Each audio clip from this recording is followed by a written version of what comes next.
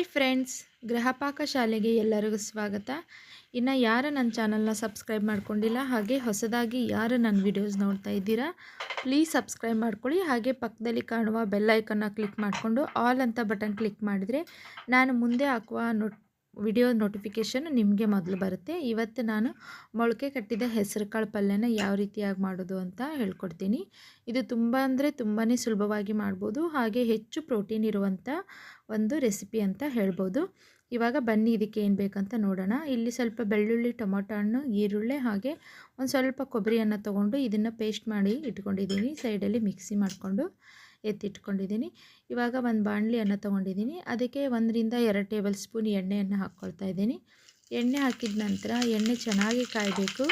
ಅದಾದ ನಂತರ ಒಂದು ಪಲಾವ್ ಎಲೆ ಮತ್ತು ಸ್ವಲ್ಪ ಕರಿಬೇವನ್ನು ಹಾಕ್ಕೊಂಡ್ಬಿಟ್ಟು ಅದಾದಮೇಲೆ ಮೊಳಕೆ ಬರಿಸಿದ ಹೆಸರು ಕಾಳನ್ನು ಹಾಕ್ಕೊಳ್ತಾ ಇದ್ದೀನಿ. ಈ ರೀತಿಯಾಗಿ ಮೊಳಕೆ ಬರಿಸೋದು ಆಲ್ಮೋಸ್ಟ್ ಎಲ್ಲರಿಗೂ ಗೊತ್ತಿರುತ್ತೆ. ಒಂದು 8 ಗಂಟೆಗಳ ಕಾಲ ಕಾಳನ್ನು ನೆನೆ ಇಟ್ಬಿಟ್ಟು ಒಂದು ಓವರ್ ನೈಟು ಅದನ್ನು ಒಂದು ಬಟ್ಟೆಯಲ್ಲಿ ಕಟ್ಟಿಟ್ಟರೆ ಈ ರೀತಿಯಾಗಿ ಮೊಳಕೆಗಳು ಬರುತ್ತೆ. ಇದನ್ನು ಈ ರೀತಿ ಮಿಕ್ಸ್ ಮಾಡ್ಕೊಳ್ಳೋಣ.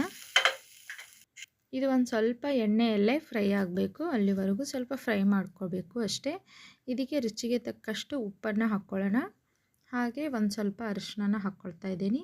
ಹಾಗೆ ಒಂದು ಸ್ವಲ್ಪ ಗರಂ ಮಸಾಲ ಕೂಡ ಇಲ್ಲಿ ಆ್ಯಡ್ ಮಾಡ್ತಾ ಇದ್ದೀನಿ. ಈ ಮನೆಯಲ್ಲೇ ಮಾಡಿರುವಂಥ ಗರಂ ಮಸಾಲ ನಾನು ಮಾಡಿರೋದು. ನಿಮಗೆ ಈ ಗರಂ ಮಸಾಲ ರೆಸಿಪಿ ಬೇಕು ಅಂದರೆ ನಂದು ಈ ಚಾನಲಲ್ಲಿ ಇದೆ, ಚೆಕ್ ಮಾಡ್ಕೋಬೋದು. ಮಲ್ಟಿಪರ್ಪಸ್ ಗರಂ ಮಸಾಲ ಅಂತೇಳಿ. ಸೊ ಅದನ್ನು ಎಲ್ಲದಕ್ಕೂ ಯೂಸ್ ಮಾಡ್ಬೋದು.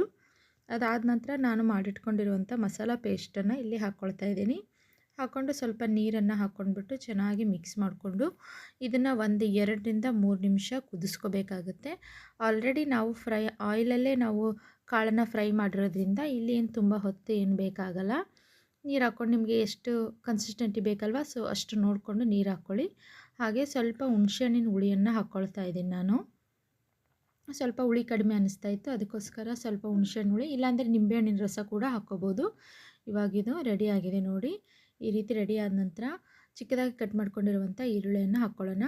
ಹಾಕ್ಕೊಂಡು ಮತ್ತೆ ಒಂದು ಸಾರಿ ಚೆನ್ನಾಗಿ ಮಿಕ್ಸ್ ಮಾಡ್ಕೊಂಡು, ನನಗೆ ಇಷ್ಟೊಂದು ನೀರೆಲ್ಲ ಏನು ಬೇಕಾಗಿಲ್ಲ, ನನಗೆ ಸ್ವಲ್ಪ ಡ್ರೈ ಆಗಬೇಕು. ಅದಕ್ಕೋಸ್ಕರ ಇದನ್ನು ರೊಟ್ಟಿ ಜೊತೆ, ಚಪಾತಿ ಜೊತೆ, ಅನ್ನದ ಜೊತೆ ತುಂಬ ಅಂದರೆ ತುಂಬಾ ರುಚಿಯಾಗಿರುತ್ತೆ.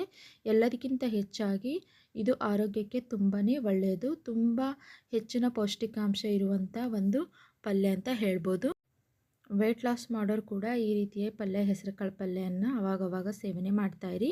ಸೊ ಈ ವಿಡಿಯೋ ಇಷ್ಟ ಆದರೆ ಲೈಕ್ ಮಾಡಿ, ಕಮೆಂಟ್ ಮಾಡಿ, ಶೇರ್ ಮಾಡಿ. ಆದಷ್ಟು ನಿಮ್ಮ ಫ್ರೆಂಡ್ಸಿಗೆ, ಫ್ಯಾಮಿಲಿ ಗ್ರೂಪಿಗೆ